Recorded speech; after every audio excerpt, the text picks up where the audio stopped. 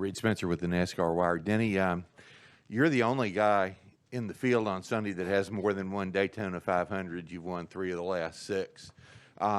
What's your secret? Can you explain that in a race that's supposed to be a wild card type of race?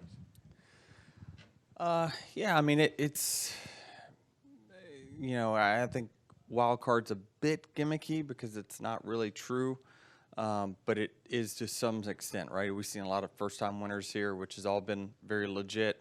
But, I wouldn't say like Michael McDowell was a wild card winner, because if you look at previous races, he had been in the top 10 or top 5 pretty consistently. So it wasn't really out of the blue shock there.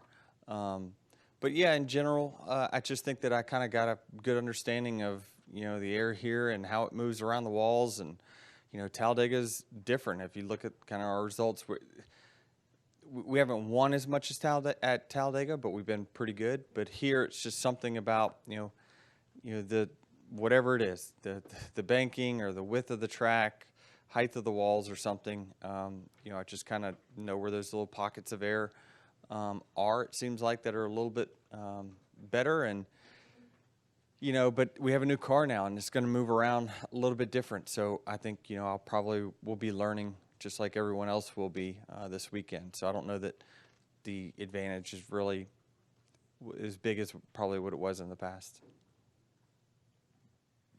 Going to go to Kelly and then Dustin and Jordan. Kelly, CrandallRacer.com. Denny, the new Drivers Advisory Council, why will this be different than one that we've seen in the past, and why was now a time to have that form back up? I think it's been a long time coming, and certainly I think that it's been worked on for a while. I think this just kind of gives us one uniform voice. I guess we're going to be speaking through Jeff and Kyle a lot, and that's certainly what it allows us to do, is internally talk about issues that we see or things that we could help make the sport better, talk about that, and then let them deliver that one voice, where a lot of times what happens is in the past is that, and sometimes you see it in RTA meetings where, we just, the kids get chasing around a soccer ball, and next thing you know, we're way off topic and things just don't really get done. So I think that this, if you just have one person in the room kind of relaying messages, it certainly, I think you can let that group then collaborate on how they can make things better. Go to Dustin, Jordan, and then Greg. Dustin Long, NBC Sports. Denny, 2 years ago, before this Daytona 500, which would have been the last one with the 100,000 people because of the pandemic, 2 years ago, there wasn't a dirt race on the schedule. There weren't as many road courses. There weren't the seismic changes that the sport has seen in that time period. As you look forward, what are the maybe like the next 2 years? What are the things that need to be done, or what are the things that can be done? Does the sport need the seismic changes that you've seen the last 2 years with schedule, car, and things like that? How do you view kind of what's happened and moving forward, the things? I mean, shoot, 2 years ago you weren't even an owner. So how do you look at things moving forward after what's happened the last 2 years? Yeah, I mean, I do think that we've definitely created a lot of excitement within our sport, and there's a lot of really good reason for the positive momentum that we're seeing. It's, whether it be the next-gen car and then just the hope that, hey, this is something that could be better, that certainly brings hope and optimism. When you go to new markets, whether it be Road America or COTA, we saw fan enthusiasm that was, we didn't see it, the tracks that, we had been to over and over and over. So LA as well. So I think that those are all very, very good things in our sport that we're doing. And as a driver, you love to see it. As an owner, really we just have one question, that is, what is the cost to it? And anytime you do things that are out of the ordinary, or you add things, there's a cost associated with that. So that's really all I care about on that side. But as a driver, you look at this in general and say, yeah, all these moves are a very good move for our sport, and certainly it looks like we're gaining some very important traction for us this year. Going to go to Jordan, Greg, and Bruce. Jordan Bianchi, The Athletic. Looking back at the clash from both an owner's perspective and a driver's perspective, from the driver's perspective, is it possible did your mind change in that it's possible to have a points race on a small track like that? And from an owner's perspective, is it a cost-effective thing if you don't have pit crews, you don't have these other things that are associated with, a 500-mile race that comes into it, whether it's a tire bill or whatever, and that's something that you look at and say, you know what, maybe this is something we could incorporate during the regular season? I always have to think through my answer and make sure I'm not making anyone really mad. From a driver's perspective, it's very, very good. We absolutely could run a points race there. It's that was a very fun race. They did a fantastic job with that whole, whether it be track, entertainment, all was absolutely fantastic. It was really good, and would love to go back there at that particular track. And even thinking about other venues that would make for a track similar to that.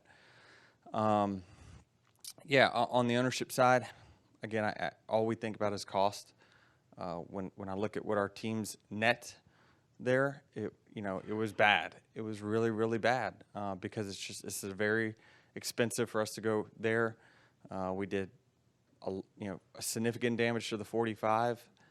It just was, when you look at what we win versus what we pay out, it didn't add up. Going to go to Greg, Bruce, and then Edgar. Hey, Danny, Greg Engel, Forbes. McDonald's is expanding the partnership over at the 23 team, and there's some new merch dropping unlike anything anybody's ever seen before, and fans. How has Bubba Wallace's activism played into that? Because McDonald's seems to indicate it has, and to help grow that partnership over there. Yeah, I think it was very important for our team in general to just be different. Our team is organized differently. We operate differently within our four walls. We probably look a little differently. With our cars, there's just a lot of things that we like to do that is just a bit different. And one of the things that, if you look at the Jordan brand in general, you would say that their style is different than the norm. So I think that they're more likely to reach out and test the barriers. And I remember when we were talking about branding and things like that within our team with Michael, he's like, I would like to push the boundaries, but let me know when I'm getting outside the spectrum, right? And so I think that those are things that certainly when we saw like our audience in LA, they don't wear the norm, right? So it's something that I guarantee this drop of this special collection will get eaten up very, very quickly, probably by the younger demographic, and next thing you know, you've got people wearing NASCAR gear again. Going to go to Bruce, Edgar, and then Dan Gelston. Bruce Martin with Speed Sport. I'll ask you the same thing I asked the two guys that were in earlier. The fact that it's a new car, everybody's starting with something they're not 100% sure about. How much do you expect the first part of the season to see maybe a lot of surprise guys having a chance to run up front? Temper expectations on that. The quote of level playing field is grossly probably overused. Certainly maybe a tighter box from front to back. But again, it's just, teams find ways. If you look at single car runs yesterday, it's the same guys that have been on all the poles are the fastest. Well, technically you're able to put the same parts off of his car on my car and my car on his car. What really has changed? Well, nothing except maybe motor is different and body is different, but they're significantly faster. So it's you're still going to have the teams with resources find a way to make the car faster than the teams that just bolted together. Going to get Edgar, Dan Gelston, and then Zach. Yeah, Denny. Edgar Thompson, the Orlando Sentinel. What's the difference between winning as an owner versus a driver, and how significant was that victory? It's very significant. the timing of it was very significant for us, certainly, and I mean, just in general, if you can win in your first year as a team, that's a huge accomplishment. So it was very important, just on so many fronts. Your renewed enthusiasm. McDonald's hasn't been in victory lane as a primary sponsor in decades before that. So, I mean, it's just reinvigorating their excitement within our sport, and certainly that goes a long way. And when they come to us and now they're looking to sponsor Kurt Busch, that's a good thing, right? So these are all really good things for us, and we've done a great job on the partner front, and it's the team's really doing well. And so I think that we've been able to really keep the momentum with our team going from when we initially said we were going to start this 16 months ago to this point. I think the enthusiasm for our team has kind of remained the same, and it hasn't just fell off a cliff and now you're just part of one of the cars out there running. So, and that has allowed us to gain some enthusiasm with our partners, them expanding to new and better levels, and certainly helps us to do the things like what we did this offseason, which is expand to a champion driver and a crew chief that have worked together that will have great results this year. I'm going to go to Dan and then Zach. Dan Gelson, the Associated Press. For all the marketing and awareness and even the milestone win, Bubba still only finished 21st in the standings. How far away do you think he is from making that leap to becoming a true playoff contender? And do you think it's possible to get both drivers in the playoffs this year? I do think it's possible. I think it is a goal for us is to have both cars in the playoffs. I think Bubba isn't far off from that. It's one DNF away. When you look at the standings, well, who's a contender to be? I remember last year we were talking 2 races to go before the end of the playoffs, 2 or 3 races to go. It was like, well, we're 30 points behind. That's not that much. So it's not that much. You can gain a couple spots a week and, on average, change your average finish from 20th to 18th, and you're there. And so it's not that much, and you really won't see that much, but yet you'll see a big change in the standings. So it's just the way our sport works. I think in general, the average finish of the field is going to go up this year. Maybe not for the guys in the back who ran in the back pretty much every week, but really your top 10, I would say, an average finish probably will go up at least a few points from where we've been in the past, just because of mechanical failures, wrecks, all those things will be up dramatically this year. So I think the importance will be finishing races and finishing to the best of your ability, and not stretching for 1 point and then making a mistake and losing 20. We'll go to Zach. Zach, excuse me, Zach Sterniel, frontstretch.com. Welcome, Jeff. Glad you could make it. Not sure that was a number 1, bud.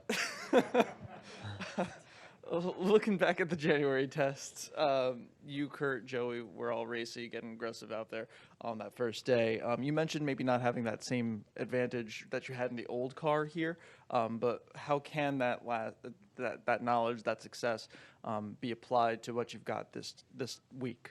Well, that was our practice ultimately, and I think that we all kind of knew that going into the test. And I was pushing Kurt pretty heavily, and Joey and I were blocking heavily and pushing each other, which that's what we're going to be doing in the 500.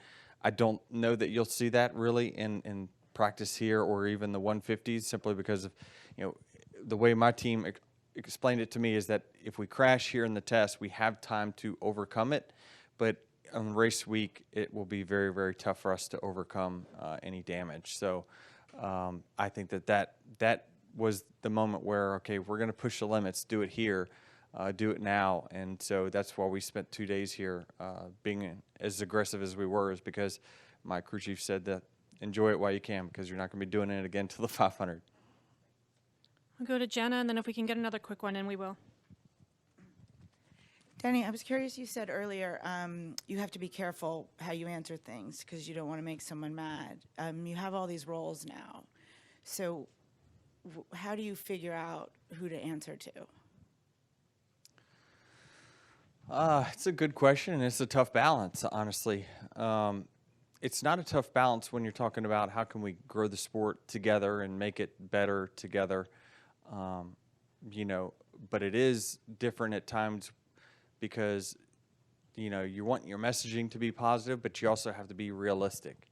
And so on the ownership side, I'm probably more on the realistic side because we see all aspects of it. The drivership side, I'm optimistic.